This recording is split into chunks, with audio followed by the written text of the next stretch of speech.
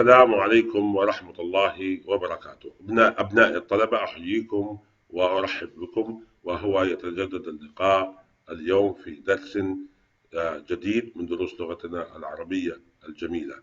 ودرس اليوم هو تكملة لدرس الطيور. في الدرس السابق كنا قد قرأنا درس قراءة جهرية سليمة معبرة، وتعرفنا أيضا على حرف الغين، وتعرفنا أيضا على حرف الغين بالحركات والمدود.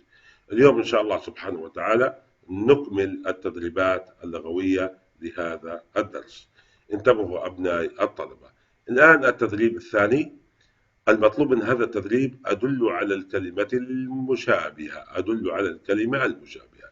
إذا نقرأ الكلمة ثم ندل على الكلمة التي تشابه في الشكل الهندسي في المربع. الكلمة الأولى كما تلاحظون غرقدة. إذا نذهب إلى الكلمات. هنا عراد، قرد، غرقدة. فنحدد بوضع على سبيل المثال دائرة على كلمة غرقدة هكذا.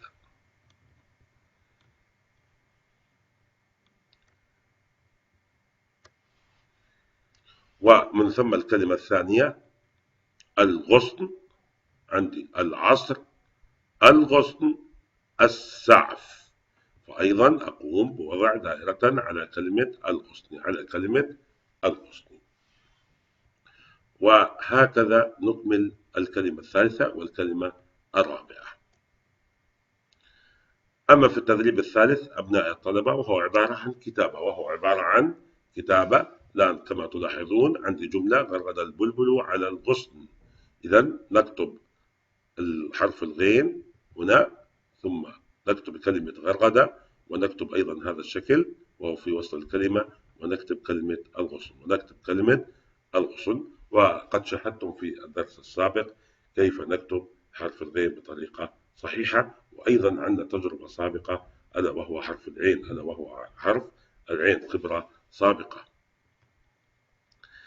التدريب الخامس هو عبارة عن قراءة. أقرأ الكلمات الموجودة أمامي.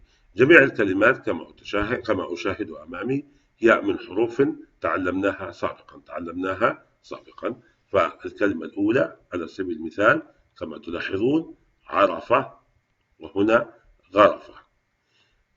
ألاحظ هنا الهدف من هذا التدريب هو التمييز بين العين والغين. إذا عليك أن تميز بين العين والغين. كما قلت لكم قبل قليل أن حرف الغين يشبه حرف العين، ولكن للغين نقطة فوقه. إذا عرفة، غرفة. هنا على، هنا غلا، وهكذا مع بقية الكلمات. هنا أبناء الطلبة في التدريب السادس وهو أضع دائرة حول الكلمة المسموعة. انتبهوا جيدا واسمعوا، ثم ضعوا دائرة حول الكلمة التي تسمعونها. الكلمة الأولى هنا في هذا المستطيل بغل. هنا قلب. هنا غاد. هنا غش.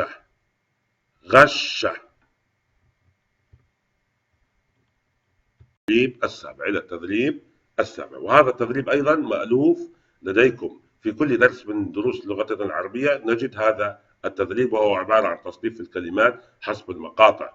هنا عندي الآن 6 كلمات وعندي 3 مقاطع كما عرفناها في الدرس السابق: غا، غي، غو. إذا عندي كلمة تغوص. هنا هذه الكلمة فيها مد بالواو. إذا المطلوب مني الآن أن أكتب كلمة تغوص تحت المقطع غو بهذه الطريقة. إذا أكتب تغوص هنا، لأن تغوص فيها مد بالواو فأكتبها هنا. إذا الكلمة الثانية رغيف. ماذا يوجد في كلمة رغيف؟ يوجد فيها مد بالياء فأكتبها هنا.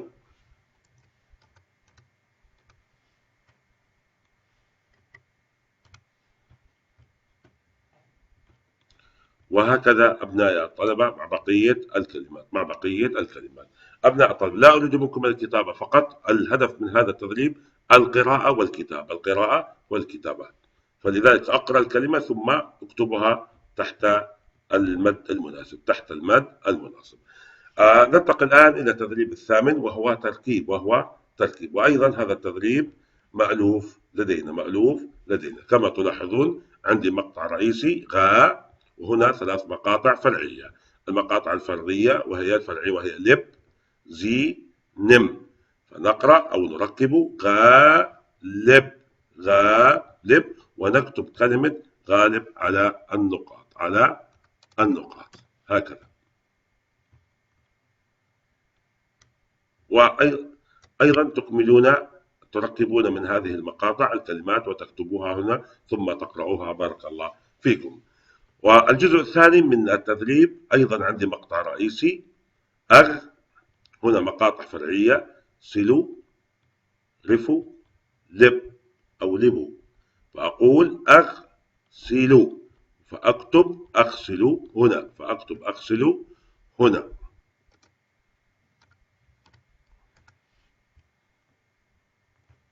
هكذا. وتكملون التدريب بنفس الطريقة مع قراءة الكلمات. أما التدريب التاسع أبناء الطلبة بارك الله فيكم، هو أكتب الكلمة في المكان المناسب. عندي 3 كلمات مع 3 جمل. أختار الكلمة المناسب بحيث أكون جملة مناسبة. على سبيل المثال كلمات تغلي، تغسل، تغرس. فأقول الجملة الأولى أمي، ماذا أختار؟ تغلي بالغسالة أم تغسل بالغسالة أم تغرس بالغسالة؟ لا شك بأن الكلمة الصحيحة هي تغسل، فأكتبها هنا، أختارها وأكتبها هنا. وهكذا مع بقية الكلمات والجمل. أما التدريب 11 وهو عبارة عن تدريب تركيب. إذن عندي مجموعة من الحروف أركب منها كلمة وأكتبها على الفراغ. الحروف هي س، ل، غ، ب، وأ. هنا غ، م، ن، ر، أ، ب. أركب كلمة وأكتبها هنا. التدريب 12 أبناء الطلبة فهو أكون أيضا جملة من الكلمات. فنقرأ الكلمة الأولى القط، الأسد، من، أصغر.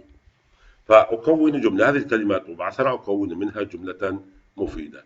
فعلى سبيل المثال أقول القط أصغر من الأسد، القط أصغر من الأسد، وأكتبها هنا. إذا كون جملة ثم اكتبها، وهكذا مع الكلمات الموجودة بالأسفل. أما التدريب 13 وهو عبارة عن تعبير. كما تلاحظون أركز جيدا بالصور التي أمامي ثم أعبر عنها بجملة مفيدة. أنظر إلى هذا الولد، أعطيه اسما سعيد، علي، صالح، وأكتب جملة ماذا يفعل هذا سعيد أم علي، وأكتبها على الفراغ. وأيضا هذه الصورة، وأيضا الصورة الثالثة. وأرجو منكم أبنائي الطلبة أن تقوموا بحل جميع التدريبات ثم عرض حلولكم علي من خلال وسيلة الاتصال التي تعودنا دائما أن نستخدمها. فأتمنى لكم في نهاية الدرس كل التوفيق أبناء الطلبة، والسلام عليكم ورحمة الله وبركاته.